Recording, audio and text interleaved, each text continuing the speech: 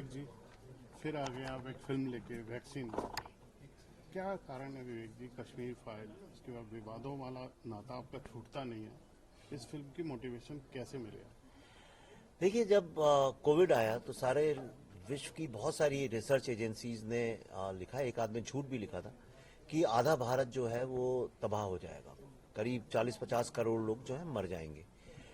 उसके बाद मैंने देखा कि बहुत सारे अपने ही देश के लोग, बड़े बड़े राजनीतिक नेता, कई सारे टॉप मीडिया के लोग, कई इंटेलेक्चुअल लोग और कई सारे राइटर्स और हिस्टोरियंस टाइप के लोग जो थे, जिनकी बातें लोग सुनते हैं, उन्होंने भी यही बोला।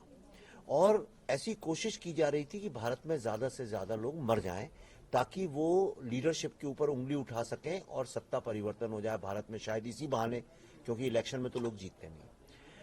वो मुझे बुरा लगा, मुझे लगा ऐसी क्राइसिस के वक्त में ऐसा नहीं करना चाहिए।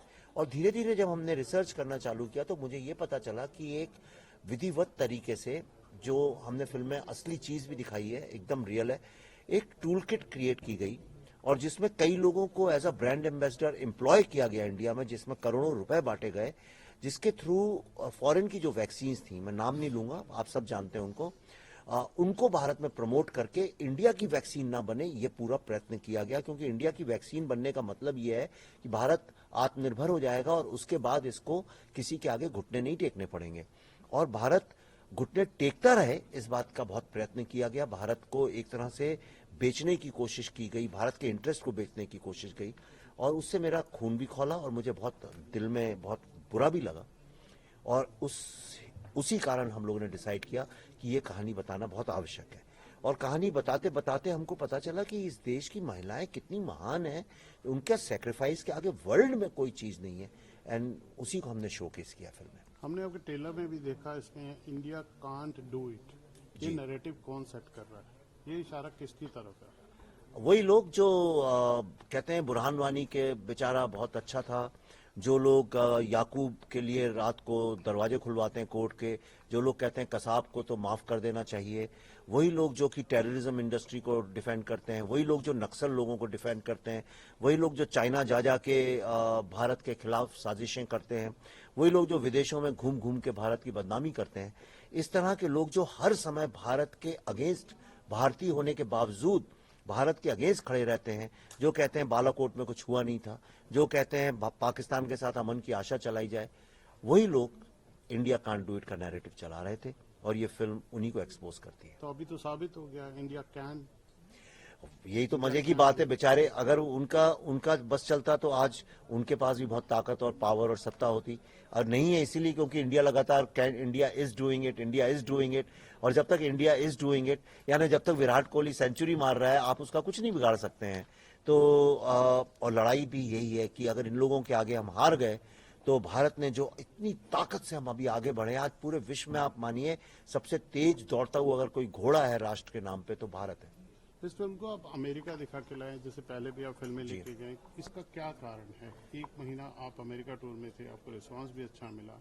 क्या वहाँ फिल्म दिखाने के बाद इंडिया में उस फिल्म का रिस्पांस अच्छा मिलता है? ऐसा मैं नहीं, ऐसा तो कुछ नहीं। ऐसे तो इतनी सारी फिल्में फेस्टिवल्स में घूमती रहती हैं, ऐसा बिल्कुल भी नहीं है कि बाहर अगर ऑडियंस, हम देखिए, हम फिल्म अलग पर्पज से बनाते हैं। हमारा फिल्म का पर्पज सिर्फ बॉक्स ऑफिस नहीं है, हमारा पर्पज है जो हमारी कहानियां हैं वो दुनिया में घूमनी चाहिए, लोगों को भारत के बारे में पता चलना चाहिए।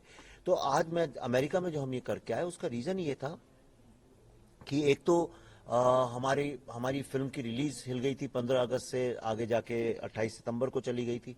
तो हमारे पास थोड़ा टाइम भी था, 1-1.5 महीने कुछ करने को भी नहीं था यहाँ पे। और दूसरा ये था कि मैं शोकेस करना चाहता था, सारी दुनिया को पता तो चले कि भारत ने क्या किया है। और कुछ टाइमिंग ऐसा था कि बहुत सारी कंट्रीज के एम्बेसडर्स, कुछ सेनेटर्स, कांग्रेसमैन, उनकी भी जो हमने रिक्वेस्ट की थी वो डेट्स कुछ इसी महीने में हमको मिली, क्योंकि एक समर का महीना होता होगा सितंबर में अमेरिका में, तो इसलिए हमने ये डिसाइड किया। लेकिन अगर कभी जरूरत पड़ी तो अमेरिका नहीं, हम थाईलैंड से शुरू करेंगे, कभी श्रीलंका भी जाएंगे, कभी ऑस्ट्रेलिया भी जाएंगे। जब ऐसा सब्जेक्ट आएगा तो ऐसे ही करेंगे। डॉक्टर बलराम भार्गव की भूमिका में नाना पाटेकर, ये चॉइस कैसे आया, कैसे दिमाग में? ये बहुत विचित्र चॉइस है, कोई सोच भी नहीं सकता, कोई यानी कल्पना के बाहर है। लेकिन सिर्फ इसलिए कि जब हम लोग बैठे थे, पल्लवी कास्टिंग को लेके बहुत वो करती कि एक्टर के अलावा और कोई होना भी नहीं चाहिए। तो हमने कहा कि इसमें क्रेडिबिलिटी चाहिए, एक ऐसा एक्टर ढूंढा जाए जिसने आज तक कभी कोई भी रोल में 10% का भी कॉम्प्रोमाइज नहीं किया हो। बड़े से बड़े स्टार्स होते हैं, एक्टर्स होते हैं जिनकी मैं बहुत श्रद्धा करता हूं, जिनका मैं बहुत बड़ा फैन हूं, उनने भी 2-4 फिल्मों में घटिया एक्टिंग कर दी है। तो ये सबके बारे में कहा जा सकता है। करते करते सडनली मुझे ख्याल है एक एक्टर ऐसा है जो 4-5 साल से एक्टिंग नहीं कर रहा कि जब तक अच्छी फिल्म नहीं होगी नहीं करूंगा, और जिसने कभी अपने करियर में एक भी खराब रोल नहीं किया और जो अपना कैरेक्टर करने के लिए जान लगा देता है। तो मुझे लगा ये नाना पाटेकर में ये सब क्वालिटीज है, और इसलिए मैं बहुत डरते डरते गया नाना के पास, but he agreed. Thank you so much. Thank you.